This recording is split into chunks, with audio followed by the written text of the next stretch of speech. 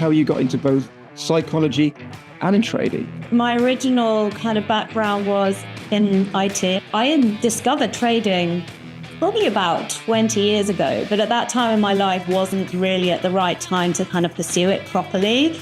How does someone get good with that kind of, I don't know what's going to happen next, right? Because you're kind of at quite age, you're like a regimented kind of person. How do you overcome that? I think I know that the crypto market moves way differently, but you don't ever know what's going to happen next, do you? You're only going to be trading based off your edge, which is probability based.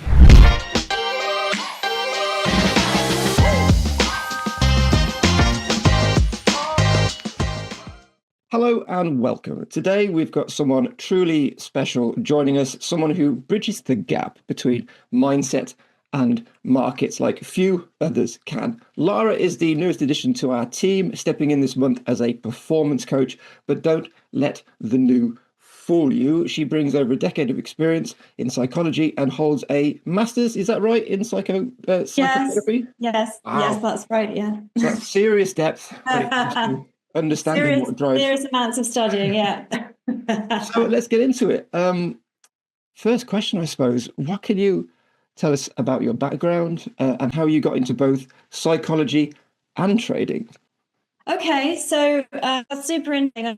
My original kind of background was in IT, and for many, many years I worked in the City of London in an IT capacity. So I've always kind of had that kind of draw towards the technical side and kind of understanding that stuff. And I discovered trading probably about 20 years ago, but at that time in my life wasn't really at the right time to kind of pursue it properly. I dabbled for a bit, but my youngest was just a baby really at that time. So it wasn't something which I now know the amount of hours and the effort and the screen time that goes into it that I didn't realize at that time I would need. So that kind of just came and went really. But all the while I was working in my sort of IT role, given my own sort of backstory, which is another very long story, I'd always been drawn towards psychology. And I kind of hit a point in my life where I thought, I love this IT stuff. It's going pretty well. But I had a calling to kind of just change direction. And so I was kind of pretty late on that, actually, well, compared to a lot of people. So I kind of started out my career in one area and then diverted into another, being psych, where ostensibly similar, how two people could end up being very different, how they could kind of think very differently and operate and behave very differently, even having different sort of sets of values.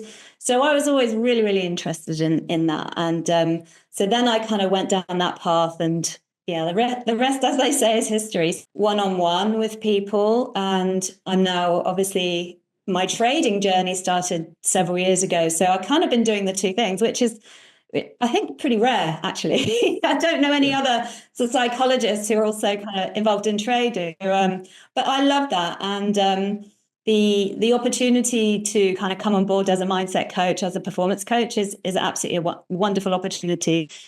The trading world, it really grabs me. I love it. And, to have the opportunity to bring in the other side of what I love and what interests me at the same time is really fantastic. So you're right. I think it is quite a unique combination. And so it's quite a rare combination, yeah. But maybe quite an impactful one. So how do you feel the two backgrounds, your trading experience and your training, kind of marry up? How do they inform one another, do you think?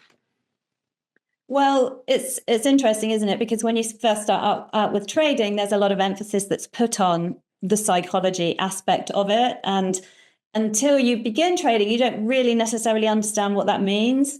And so, I always considered myself to be quite a disciplined person, do hard things, get through hard things. But going into trading is a whole new level of understanding yourself and understanding, really, are you that disciplined? Can you really take control when you absolutely need to? When the dopamine's flooding around your brain and you're sort of, or conversely, on a real low and you're trying to sort of be disciplined and not get involved, your trade plan says you shouldn't be. So for me, it's really interesting to be able to marry those two things together in the seat. And I think it, for me, brought a whole new level of understanding of myself and, what aspects I needed to work on for myself, and, not just talking to other people, actually talking to myself. And there's so many skills that I think people need to either naturally have and possess or develop to be successful. So I do just find it really, really interesting. I also think that very often some of these skills, no, actually, I'll rephrase, all of these skills translate to real life. Sure. Who you are in front of the trading screen is also really it shows up in your everyday life. And that's one of the things that I think probably makes the difference between a successful trader and somebody who just keeps trying and trying and trying and never quite gets there, because you've got to have that discipline. You've got to be able to go inside of yourself. You've got to be introspective. You've got to have humility and a whole host of other attributes that I think are really, really important. So yeah, it's been a super interesting kind of revelation journey for me, and excited for the future as well. Yeah, I mean, I practice mindfulness. I'm a big yoga guy. Yeah, love that. Yeah, I mean, it's integral to my process. Now, Yeah. when I'm trading, whenever I feel like it from week to week based on market conditions, I don't really need to do that too much maintenance. But when I'm trying to do a challenge or really trying to level up some capital over a period of time for a goal or whatever, then I need to think about the psychology behind my approach, take days off. So in that light, kind of, I think that's obviously about high level trading, but when it comes to the basics like fear and greed, why do you think traders often struggle with these emotions, the fear and the greed, and then the FOMO, and then the revenge trading? What do you think's happening there for them? It's all brain chemistry. Our as human beings, we are built and we are wired to, well, we need the hit, we need the dopamine hit to be able to validate ourselves. And our egos play such a huge role in not just who we think we are in our identity formation. So as a new trader, you've got so much to try and prove to yourself that, those hurdles are absolutely huge. So if you take a loss, that you're not getting that sort of reward, your identity feels like, okay, I'm trying to be a good trader, I want to be a good trader, but your identity feels like it's being challenged. The story that we tell ourselves is being challenged in that moment. And all these chemicals are flooding around your brain, and it's just pushing and telling you to get back in, so like overtrading becomes a massive issue, or you've sat and you've analyzed and you know what you're trying to do, and then you kind of miss your setup, and that FOMO, I mean, it's real. It's absolutely real, and it's not weakness per se. It's just how humans are wired. It's just how we're built naturally. So for me, it's about understanding, or having to understand each individual themselves in that respect. Let's say understanding that what your brain is trying to tell you to do is nothing out of the ordinary. It's perfectly natural. It's part of the survival system, actually, and your identity formation. But in trading, it's going to mess with your consistency. It's going to mess you up, and you've got to learn to harness it. Yeah, I mean, one of the next questions, which I think you've answered, was what role does ego play in trading mistakes? And I mean, that It's huge. when you don't get that, it's interesting when we talk about modern life and society and that dopamine hit we get from checking our emails or checking our messages, right? It's the same thing. We need it. And if you've ever went to check your inbox on your phone and it's been empty, you kind of like, huh, It's a bit of a no. right. It's weird. So Yeah. when I have a bad trade, you're right. It's like I don't feel good about this. I need to feel good. Therefore, I need to quickly move on from this feeling and trade against really what I should be doing. So, I mean, discipline is obviously really important, but from a psychological perspective, why is it fundamental to success in this arena?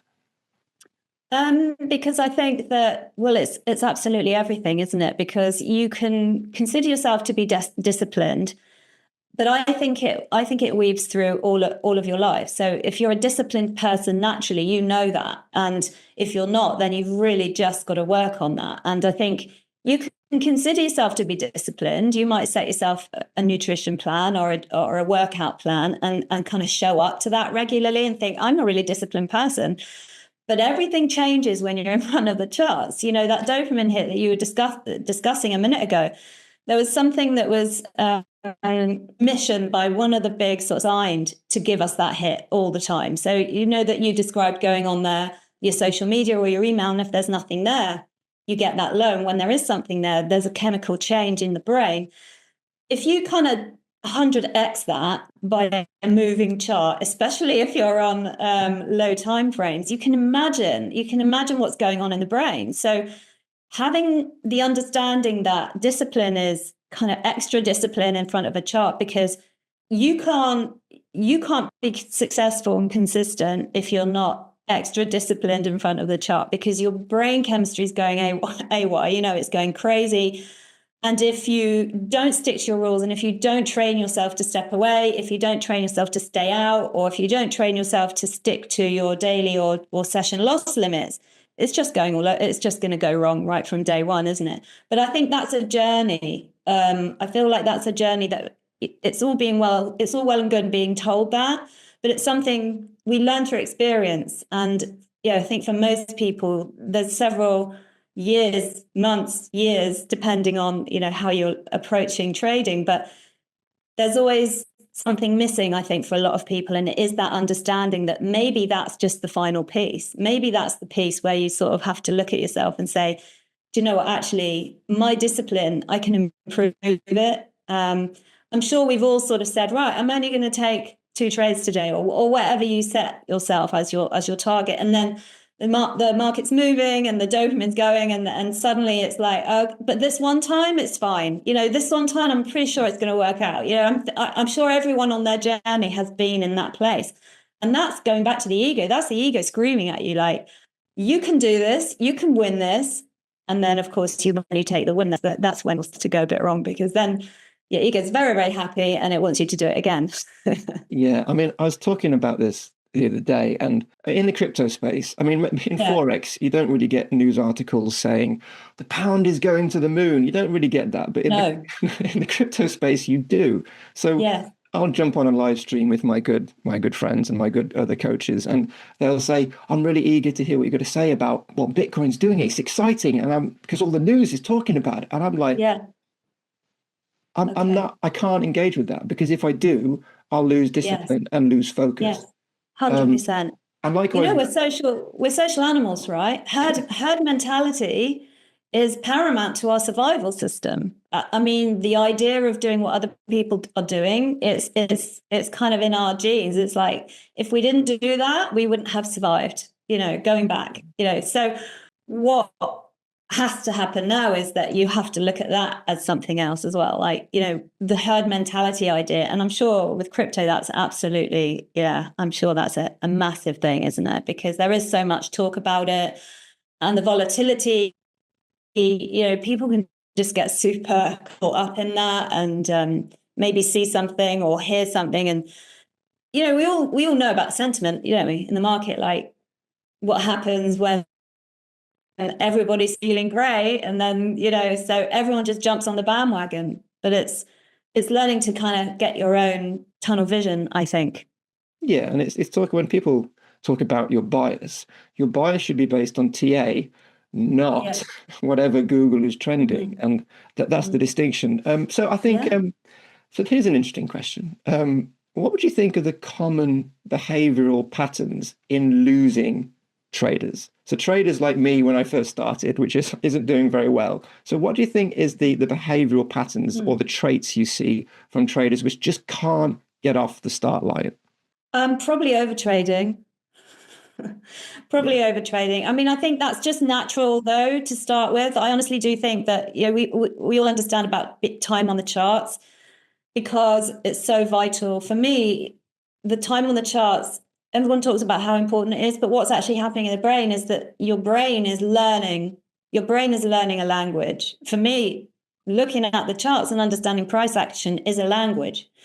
And that takes time for your brain to internalize and understand and decipher and kind of figure out what it's doing. So when that's happening and you begin and you suddenly see something like maybe a setup or a kind of a pattern or however you trade that you recognize, you're like, okay, I get this. I recognize this. And oh, but it's not 2:30 yet, but it doesn't matter because it's happened and I've seen it. And so suddenly you're in the market and you maybe, your trading window kind of just goes out the window. And that's the problem, because everything in your psychology, not only everything in the markets, as we know, the markets are against us, and that, small time traders are kind of fighting an uphill battle as it is. On top of that, they're fighting their own brain chemistry. So it really is an uphill battle. I think overtrading is one of the things, but I do feel as though it's kind of just a normal thing that you kind of just have to go through. Kind of like the machine learning kind of stuff. It's iterations of information until it comes out almost right. You have to go through the tricky stuff to get to the good stuff. But I do think over trading, probably over leveraging, that for a lot of people, and especially people where they feel like trading has come along and given them an opportunity that they might not have ordinarily had. Issues of capital, which are less these days with the prop firms, but you got your skill, but then suddenly you want to kind of just get to the level that you want to see yourself at, and then so you see your setup and suddenly you're really over risking, and you blow your account. It's kind of like over trading, over risking, and I feel like those are the two big ones. I mean, obviously you got FOMO that kind of plays into that as well, and multiple other things. I do think something that I think about a lot, though, is we hear traders talk all the time about how it's almost necessary to become obsessed at the start because it's so difficult to learn, it's so difficult to master, that obsession is almost necessary to take you to another level. And I think sometimes in that obsession, people lose sight of other things in their lives. So what can happen is, maybe where you had some interests before or things that you talk about yoga, I think balance is so vital, and mindset, and, how you take care of yourself away from the charts. But I think during that obsessive phase, which I do think is kind of just part of it, people lose sight of their other kind of interests and hobbies and things like that. And I think it's one of the most important things, because you can't step away from the market and stop thinking about it unless you put your brain into another activity. So if you're trying to tell yourself, oh, I'll just step away, I'm just going to go and sit in the kitchen for 10 minutes, your brain's not coming with you. Do you know what I'm saying? Like, you've got to have other things that are using your brain and kind of your cognitive brain, ideally, because very often when you step away, it's your emotions that are in charge. So we need to engage the other side of it, and then have that balance with kind of downtime and well-being and things like that. But the point I'm trying to make is having other things that you're really interested in and that you're trying to achieve at the same time. I think it's really key, because it can help you when you have to step away. It can stop over trading. I like the idea of kind of having blocks of time throughout the day where you're actually engaging in other activities. I think for a lot of new traders, that goes out the window. Yeah, absolutely. I mean, I'm a musician by trade, so I'm a very creative person, and as part of the creative process, we obviously understand when we get like writer's block, and we need to step out and do other things, and then just and then just miracles happen when you step away. And 100%.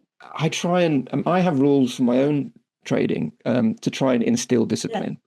Arbitrary rules, typically, like I don't trade a setup twice, or that sort of thing. Just to put a splash of cold water. But I have students which I say to, look, if you can take a week off, you will level up as a trader. But if you can't take a week off, there's a problem. And likewise, if I tell you that you shouldn't be using more than 3x leverage, but you can't stop using 10 or 20, then there's a problem with discipline. And then just putting in those little roadblocks for yourself can really help, right?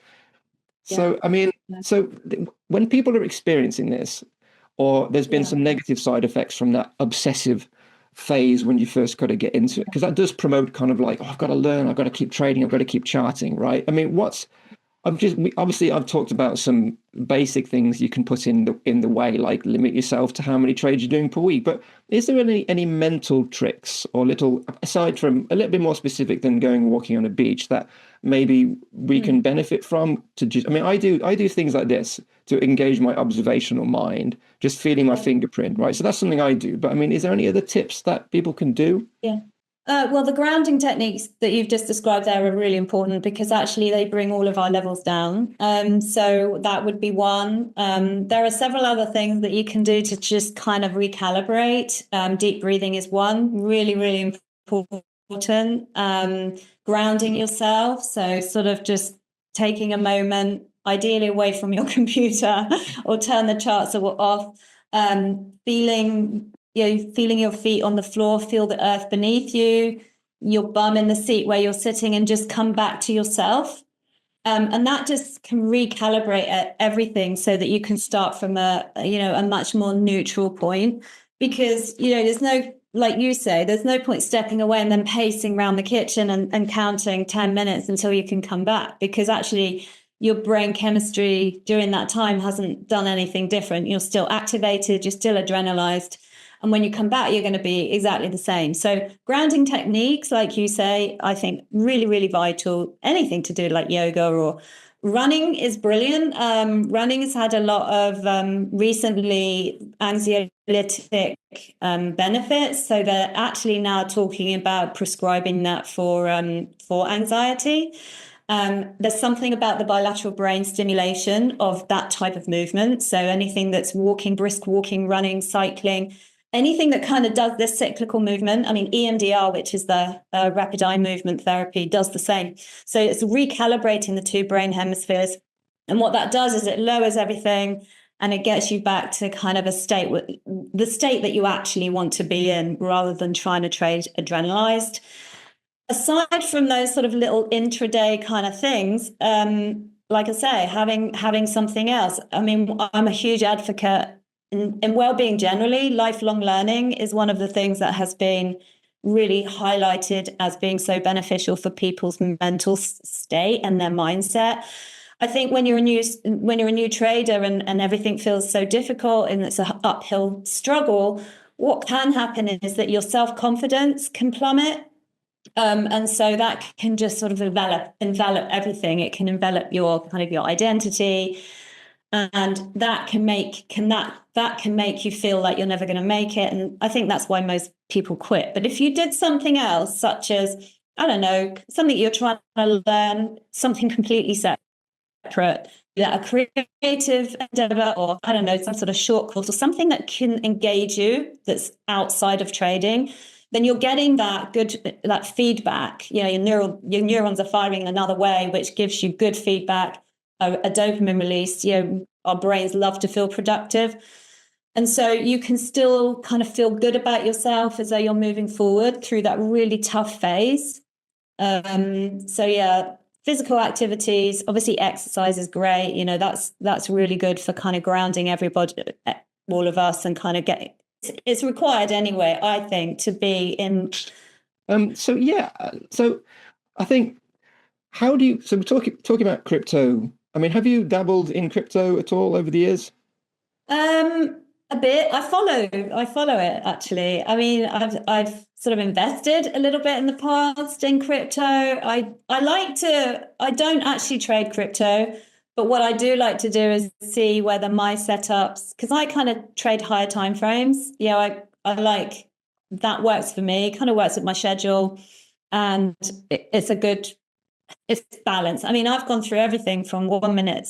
I think everybody does, and there are times where I take intraday trades sometimes if I see the setup, but I guess I've sort of for a lot of traders, because that's a lot of the strategies that are put out there.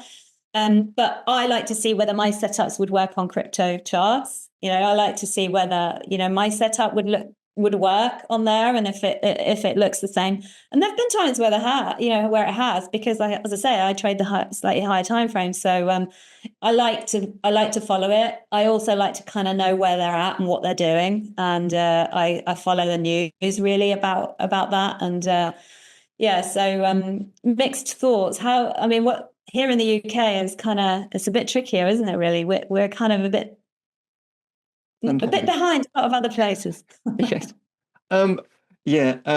Well, as like with lots of other countries, the process is constantly developing. But I think certainly that's an interesting point actually, because there are certain countries which are now moving towards more free for all, and there are other countries which like to ring fence it and constantly give you pop-ups and warnings. Now, I think I find those warnings quite intimidating, and I think someone new to the market would find them very intimidating. So how do you think, I mean, how would someone get, we talked about higher time frames, and there's obviously a methodology there to, I mean, if I start looking at the 1 minute chart, I start feeling queasy in crypto. I mean, it's just too much. Yeah, I'm sure. how do we get someone comfortable with the uncertainty in crypto? I mean, because I like certainty, I like control. So, but I engage with crypto, so it's still an interesting pairing. But for people like me who perhaps are not naturally inclined it sounds a bit funny being a crypto expert, not naturally inclined with crypto, but psychologically speaking, how does someone get good with that kind of, oh, I don't know what's going to happen next, right? If you're a kind of you're like a regimented kind of person, how do you overcome that? I think I know that the crypto market moves way differently, but we don't ever know what's going to happen next, do we? You're only going to be trading based off your edge, which is probability based. And so it's the knowing that you're not always going to be right. It's the acceptance of that, internalizing that as an idea, as a notion, and really almost of expecting that. I think that having a mindset which is of probability rather than certainty is a journey, because I think people put in hours and hours and hours of work, and they're hopefully putting in hours and hours of back testing and that kind of thing. And I think there's an idea that this is going to mean that I know exactly what the market's going to do. And so it's that understanding that you just don't, hopefully most of the time, or you have an edge, depending on what your win rate is and your kind of how you trade. But you have an edge, and it's that understanding that sometimes that's not going to work out, and being okay with that in advance.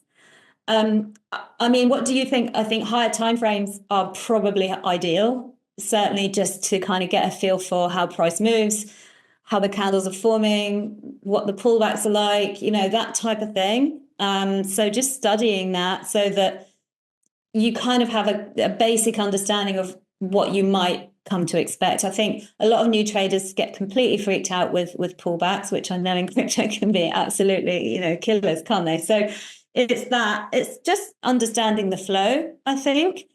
I think one of the things that I think is a really valuable exercise is, we talked about how our brain needs to understand this information and it needs to interpret the data. Even if you're not necessarily trading lower timeframes, I mean, you can just press replay and just watch price on a lower time frame, because obviously with the fractal nature of the markets, you can just your brain can start to kind of encode that's happening. And so you kind of get used to some of the movements. I mean, obviously volatility and news releases, and I don't know how quite that affects crypto actually, but there's always going to be times where it's not going to kind of do what it tends to do. But I think when you can watch price on maybe a lower time frame, internalize the patterns that it's creating, understand how it works most of the time, then you can translate that also to a higher time frame, which I would recommend, I think, for a beginner, just to kind of just get into their comfort zone a little bit, because the fear isn't quite the same. The movements obviously being slightly less exaggerated. Lower time frames, it's just sending your brain into kind of, it's spiraling, isn't it? I think very often. Yeah. So because you don't really see what's going on. It's like looking at a painting this close up. I mean, so there's obviously strategies which I use. Is scaling in can help you avoid the fear of the trade going in the wrong direction, right? Hedging can do the same. Because I've always got a few setups. So well, I've got this setup ready just in case it dips lower. Now, this is going to invalidate this setup, but I'm not going to be so devastated because a new opportunity is arriving. I've got something else up my sleeve. So, I mean, I've been lucky. I haven't really had any massive massive losses in my career to Yeah. date. But Yeah. how do you think? How do you? We were talking the other day in a live stream. One of the people who are following us mentioned how he doesn't want to trade Solana anymore because he got burned so many times with that token, and there's obviously a psychological problem there. So Of course there is. how do we mentally recover from a big loss, and how does he re-engage with Solana, shall we say? Yeah. That's a conditioned response. So that's just what happens with our brains. Again, it's a survival instinct. We've all heard of conditioned responses. It's like the dog, isn't it? You get bitten by a dog, you're avoiding dogs for the rest of your life. It's the exact same thing that's happening. So it's an inbuilt survival instinct. It could have been XRP, Solana, who knows? It's just that your brain suddenly goes, oh my goodness, Solana, no, I'm staying away. What we have to do in those scenarios is basically get back on the horse, because we have to recreate a new positive association. And otherwise, you can just live in that one traumatic experience. So we do actually have to kind of just get straight back in that. And I would say, cut down size as much as you can. Just trade a really small size. Just kind of take it easy. But over time, then what happens is your brain will create a new positive association. Avoiding it is surefire way to kind of make sure it's always a problem. Yes, 100%. You got to face it, and it's one of those things where if you have to, whatever your fear is, and obviously we're not suggesting you should put your hand in the mouth of a dog again. Obviously, Solana in this case is the dog. No. But, no. You have to stroke the dog. You have to get close to the dog. But it's like bringing 100%, when you have whatever your fear is, if you represent it as a monster, whether it's Solana or whatever it is in your life, spiders or whatever, right? Yeah. If you imagine yourself just sitting in an outdoor alfresco kind of place, having a coffee with your monster in the daylight, and they're like, actually, it's not so scary when I imagine it in that mindset. So it obviously it depends on what learning style you are, depends on what your psychological is and what issues you have. But all I know is that crypto can be quite triggering because of the hype culture. So and you just mentioned this. So I mean, I suppose when you see everybody running in one direction, instinctively you want to follow, right? I mean, and how do we? I mean, I'm not. I have spent years trying not to be that person. But how do you? What would you be advice to people when you see everyone running that way, even if they're running off a cliff, right? How do you know? Yeah. How do you stop yourself from doing that? How do you stop yourself? So it's becoming. I think once we become consciously aware of most of our unconscious processes, it gives us huge power to be able to channel those and to be able to take control of those. I think, well, the statistic varies, but it's like 80 to 90% of what humans do, they're not even aware of why they're doing it. It's an instinctive kind of reaction. And so most of those things are based on evolutionary psychology. Most of those things are based on survival. And so, back in the day, whatever day that was, if all your kind of villagers were running away, you're just gonna get on that, aren't you, and run away. But I think that it's understanding that what your natural processes are that are trying to keep you safe, and then looking at that and saying, all right, I have a natural process that's inbuilt in me as a human being that's trying to keep me safe. That's what it's trying to do. However, it's sabotaging me. And it's like anything, we all have these behaviors which are very instinctive, or we feel we have no power to overcome them because they're just part of what it is to be a human. But bringing those out into the open, looking at that as a thing and saying, right, what can I do about that? Can I engage my cognitive power to try and resist doing that? Because, what everybody does isn't the way to go, because we've seen it, haven't we? What everyone does, the fear takes over, the emotions take over, the brain chemicals are just going crazy, and that is very natural to want to try and do that. But actually, you've got to have your own path. I think one of the things that I feel so important is the ability, and quite few people have this ability to introspect and I think that is also really key in this, is the ability to be able to say, am I tempted to follow the crowd? If so, why? Why is my brain telling me to do that? Understanding that, and then kind of saying, all right, how can I work against that? Because actually, the evidence, the journaling that I've done, the emotional activation at that time was fear, and it hasn't helped me. It's wrecked my consistency. It's sabotaged me. So I have to master that. And I have to understand that if everyone's doing that, I will make my own choice. I might end up doing that, but it has to be my decision, not everyone else's. And it's that autonomy. I think that comes from confidence as well, confidence in yourself, but also probably confidence in your strategy, like the two things together. So learning to divert from the crowd is so crucial.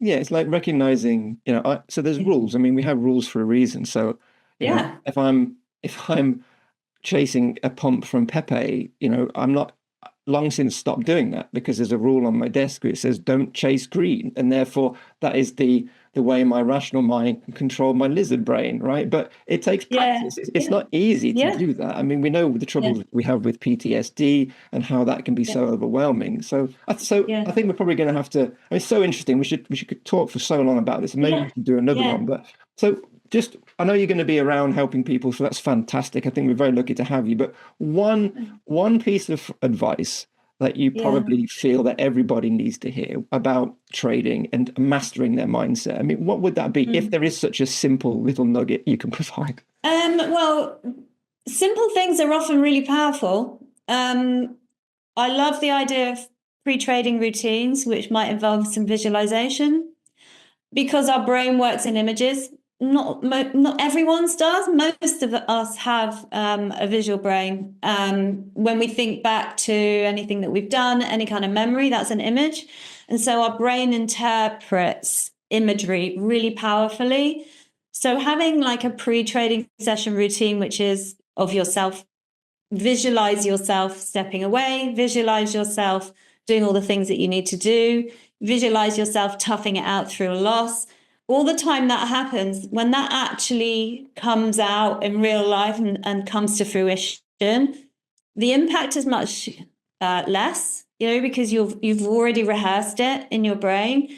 So I think setting yourself a little pre-routine of that kind of thing, visualization, super, super powerful, kind of grounding yourself. I honestly think that's so key. And I just think it is overlooked just simply because maybe it's underestimated in terms of how it can change our brains. I mean, the spoken word has more impact in the brain than which is why affirmations are so powerful. So again, so I think we lost you there at the end, but I got the affirmations bit, which I think is very important. I will not trade without confidence. No, sorry about that. I don't know quite what happened there, but I was just saying about how the spoken word lands differently in the brain.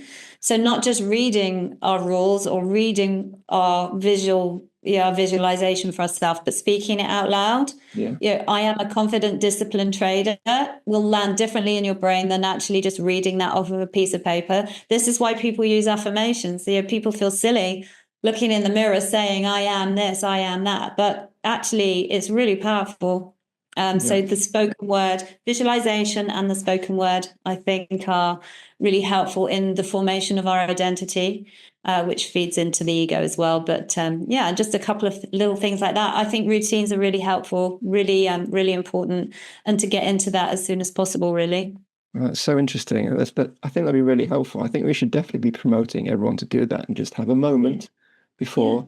That's really interesting. And this is what traders need. We need lots of tips. But I would definitely need to do this again. I think that wraps up probably today. I feel like we need to have another session for sure. But what a powerful conversation, Lara. Thank you so much. Thanks. Thank you. Today's well, you're going to be around, right? We're going to be seeing. I'm around. Yeah, for sure. Yeah. So, excited for that. So if today's deep dive into psychology resonated with any of the viewers paying attention today, remember your mindset can be just as important as your strategy. So mastering both is what gives you that edge. At least it certainly works for me on my journey. So thanks for tuning in. And as always, stay focused, stay disciplined. Thank you. And until next time, thank you so much, Lara, again. Until next time. Thanks, Paul. Take care. All right. Bye. Bye. All right, Sam, we're all good. Thank you so much. Hola Prime, trade with transparency.